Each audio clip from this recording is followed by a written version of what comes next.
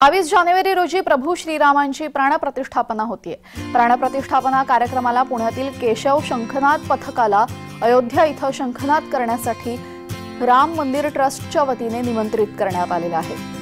हे हिंदुस्थानातील पहिलं शंखवादनाचं पथक असून अयोध्येला जाण्यापूर्वी पुण्यातील श्री ओंकारेश्वर मंदिरात 111 पवित्र शंख पूजनाचा कार्यक्रम पार पडला। चंद्रशेखर बावनकुळे, राजेश पांडे, धीरज घाटे आदी मान्यवरांच्या उपस्थितीत हा कार्यक्रम पार पडलाय। पुण्यातले 111 शंखनाद वाजवणारी आमची ही जी चमू आहे ही प्रचंड त्या ठिकाणी चांगलं प्रदर्शन त्या ठिकाणी होणार आहे। खरं तर महाराष्ट्राकरता हे अभिमानाची बाब आहे, पुण्याकरता अभिमानाची बाब आहे। त्यामुळे या ठिकाणी मी त्यांच्या स्वागताला आलेलो आहोत आणि या स्वागतातून मलाही त्या ठिकाणी एक पुण्य प्राप्त झाला आहे।